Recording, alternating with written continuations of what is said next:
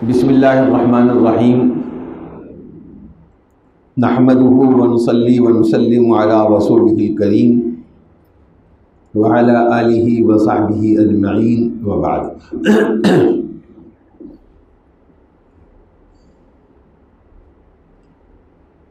آج سورہ احزاب کی آیت نمبر 31 سے تلاوت شروع ہوئی ہے، یعنی 22ویں پارے کے بالکل ابتدا سے۔ اس میں اللہ جل جلالہ ازواج مطہرات کو مخاطب بنا کر کچھ حکم دے رہے ہیں۔ اسی نوعیت کا حکم اسی صورت میں آخری سے پچھلے رکوع میں اللہ جل جلالہ نے عام مسلمان خواتین کو دے دیا، اور اسی سے ملتا جلتا حکم پہلے 18ویں پارے کے اندر سورۃ النور میں بھی گزر چکا ہے۔ سب سے پہلے یہ دیکھ لیں کہ ازواج مطہرات کو مخاطب بنا کر اللہ جل جلالہ نے کیا فرمایا ہے۔ پہلے تو اللہ جل جلالہ نے ازواج مطہرات کا مرتبہ اور مقام بیان کیا، اور یہ فرمایا ہے کہ لستن کاحد من النساء، کہ تم عام عورتوں کی طرح نہیں ہو، بلکہ حرم رسول صلی اللہ علیہ وسلم ہونے کے ناطے تمہارا مقام اور مرتبہ بہت بلند ہے، اور اس کا ایک نتیجہ یہ بھی ہے کہ تم میں سے کوئی بھی جب کوئی نیک عمل کرے گی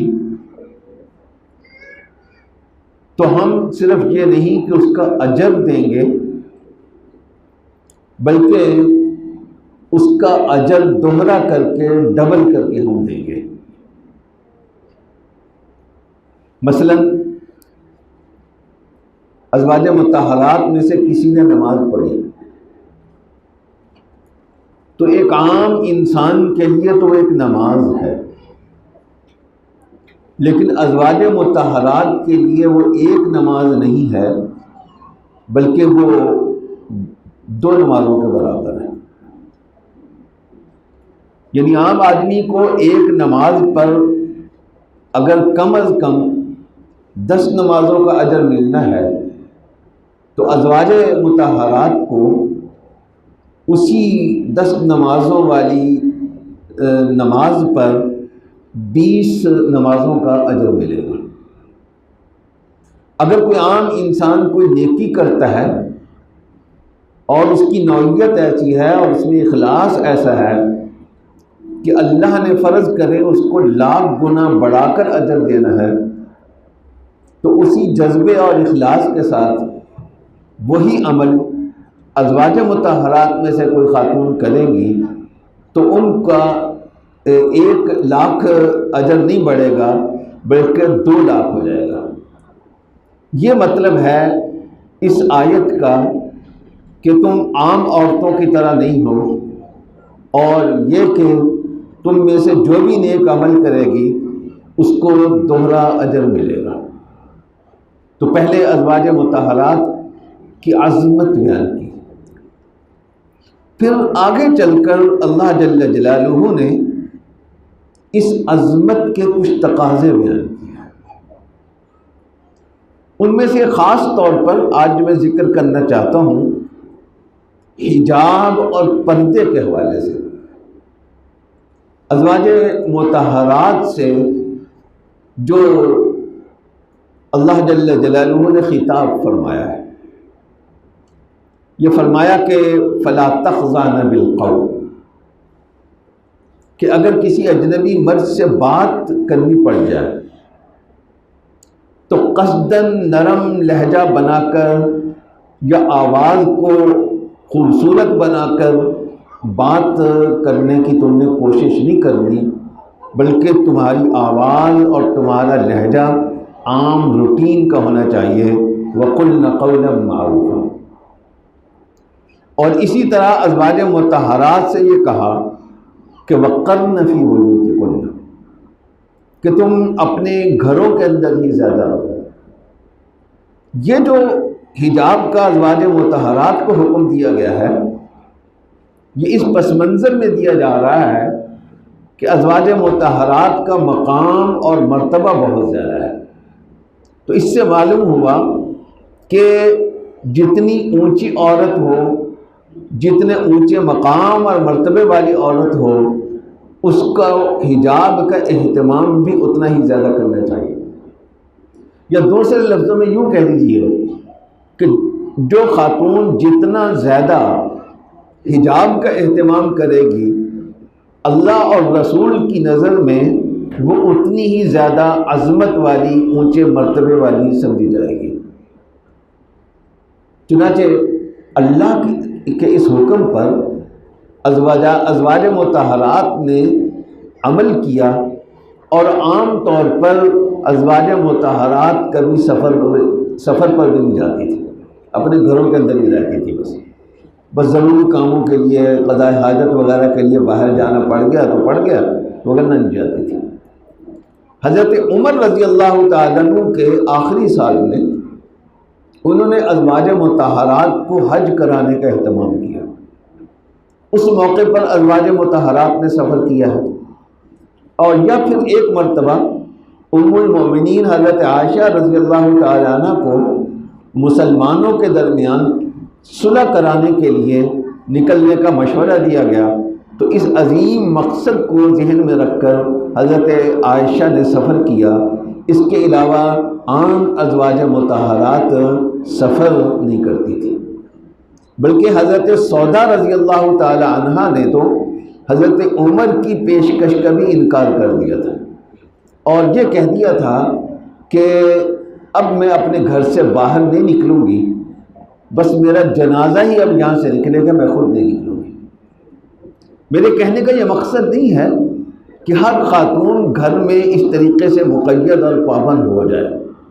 کیونکہ یہ جو بات کہی جا رہی ہے ازواج مطہرات کو کہی جا رہی ہے، لیکن اتنا ضرور سمجھ میں آتا ہے کہ پردہ جو ہوتا ہے یہ پابندی نہیں ہے، بلکہ یہ عظمت کی ایک نشانی ہے۔ جتنی عظمت زیادہ ہوگی، جتنا مقام اور مرتبہ زیادہ ہوگا، اتنا ہی وہ اس کے لیے پردے کا حکم زیادہ ہوگا۔ دوسری آیت اسی صورت کے اندر آگے چل کر ہے، اور وہ ان حالات سے متعلق ہے جبکہ عورتوں کے چہرہ کھول کر باہر نکلنے کی صورت میں کسی مفسدے کا ڈر ہو۔ چنانچہ مدینہ منورہ میں ایک مرتبہ یہ صورتحال بن گئی کہ جو مخلص مسلمان ہوتے تھے اور سرکردہ مسلمان تھے، صحابہ اکرام تھے، ان کی خواتین جب گھر سے باہر نکلتی مسجد وغیرہ میں جانے کے لیے، تو یہ منافق لوگ جو ہیں وہ ان کو پہچان لیتے اور پہچان کر کوئی شرارت کرنے کا، انہیں تنگ کرنے کا منصوبہ بناتے۔ تو اللہ جل جلالہ نے سورہ احزاب کے اس رکوع کے اندر ایک طرف تو ان منافقین کو وارننگ دیا کہ آئندہ اگر اس طرح کی کوئی شکایت تمہارے بارے میں آئی تو اینما ثقفوا اخذوا وقتلوا تقتیلا، تمہیں نہ صرف یہ کہ سزائے موت دی جائے گی، بلکہ عبرتناک طریقے سے تمہیں سزائے موت دی جائے گی۔ دوسری طرف خواتین سے اللہ جل جلالہ نے یہ کہا کہ جب گھر سے باہر نکلیں تو اپنا دوپٹہ، اپنی چادر کا کچھ حصہ اپنے چہرے پر بھی ڈال لیں تاکہ کوئی پہچان نہ سکے کہ یہ کس کی بیوی ہے، یہ کس کی بہن ہے، یہ کس کی کیا لگتی ہے، کون سی خاتون ہے، وہ منافق کو پہچان نہ سکے۔ تو اس طرح کے حالات میں قرآن نے عام مسلمان عورتوں کو یہ حکم دیا۔ اس کے علاوہ جہاں اس طرح کے حالات بھی نہ ہوں تو قرآن نے پردے کے بارے میں سب سے نرم حکم جو دیا ہے وہ سورۃ النور کے اندر ہے، وہ سب کے لیے ہے، وہ صرف ازواج مطہرات کے لیے نہیں۔ اس میں اللہ جل جلالہ نے پہلے تو مردوں کو 2 حکم دیا ہے، قل للمؤمنین یغضوا من ابصارہم ویحفظوا فروجہم، کہ مومنین کو کہہ دیجئے کہ وہ اپنی نظروں کو بچا کر رکھے، ہر ایک کو تاڑنا، گھور کر دیکھنا یہ بری بات ہے، ایک مومن کی شان کے لائق نہیں ہے، اس کے لیے گناہ کی بات ہے۔ اور دوسرا یہ فرمایا کہ اپنی عفت اور پاک دامنی کی حفاظت کرے۔ اس کے بعد پھر خواتین سے خطاب کیا، اور وہ سب خواتین کے لیے، چاہے خطرے کے حالات ہوں یا نہ ہوں، اور چاہے وہ ازواج مطہرات ہوں چاہے عام خواتین ہوں، سب کے لیے حکم ہے۔ وہ 3 حکم ہیں، مردوں کو 2 حکم دیے اور خواتین کو 3۔ 2 حکم تو وہی خواتین کے لیے کہ وہ بھی اپنی نظر کی حفاظت کریں اور اپنی عفت اور پاک دامنی کا خیال رکھیں، کوئی دھبا نہ لگنے پائے دامن پر۔ اور تیسری بات یہ فرمائی کہ لا یبدین زینتہن، کہ اپنے جسم کو ظاہر نہ کریں۔ جب غیر محرموں کے سامنے جائیں، اجنبی مردوں کے سامنے انہیں نکلنا پڑے، گھر کے اندر اجنبی مرد ہیں یا گھر سے باہر نکلنا پڑ رہا ہے، تو قرآن یہ کہتا ہے کہ وہ اپنے جسم کو ظاہر نہ کرے، الا ما ظہر منہا، صرف اتنا جسم ظاہر کرنے کی اجازت ہے جس کو ظاہر کیے بغیر کوئی چارہ کار نہیں ہے۔ اس کی تشریح بعض صحابہ نے اور امام ابو حنیفہ رحمہ اللہ نے یہ کی ہے کہ چہرہ عورت کا یہ پردے سے مستثنی ہے، اگر کر لے تو اچھی بات ہے، ہاتھ اور اس کے پاؤں، یا اگر کوئی ورکنگ ویمن ہو اور بازو چڑھانا کام کے لیے اس کی مجبوری ہو تو پھر اس کے لیے بازو کھولنے کی اجازت ہے۔ اس کے علاوہ باقی پورا جسم چھپانا ضروری ہے۔ تو اس لیے جب کوئی خاتون گھر سے باہر نکلتی ہے تو اللہ کا کم از کم مطالبہ یہ ہے، اس سے نیچے کوئی درجہ نہیں ہے، کم از کم مطالبہ یہ ہے کہ چہرہ، ہاتھ اور پاؤں کے علاوہ باقی جسم ڈھکا ہوا ہو، سر پہ بھی حجاب ہو، سر پہ موٹا دوپٹہ ہو، یا سر پہ کے اوپر کوئی چادر لی ہوئی ہو۔ اور اسی طریقے سے قرآن نے یہ کہا کہ اپنے چادر کا یا اپنے دوپٹے کا کچھ حصہ اپنے سینے پر بھی ڈال لیں، تاکہ سینے کا جو ابھار ہے وہ بھی چھپ جائے اور وہ بھی کسی کے سامنے نہ آئے۔ یہ پردے کا کم از کم درجہ ہے جو قرآن کریم نے بیان کیا۔ سب سے اونچا درجہ وہ ہے جو ازواج مطہرات کے لیے، اور یہ سب سے کم درجہ ہے جو ہر حالت میں مسلمان عورت پر واجب ہے، سوائے مجبوری کی کوئی صورت ہو، مثلا ڈاکٹر کو دکھانا پڑ گیا، حکیم کو دکھانا پڑ گیا، اس طرح کی صورتحال تو ظاہر ہے کہ مستثنیٰ ہوتی ہی ہے۔ اس لیے ہماری خواتین کو، ہماری ماؤں کو، بہنوں کو، بیٹیوں کو باہر نکلتے ہوئے اس کا بہت خیال رکھنا چاہیے۔ اسی طرح بعض اوقات ہمارے ماتحت کچھ خواتین کام کر رہی ہوتی ہیں، ہماری فیکٹریوں میں کام کر رہی ہوتی ہیں، ہمارے آفیسز میں کام کر رہی ہوتی ہیں، تو اپنے اداروں میں، کاروباری اداروں میں بھی ہمیں چاہیے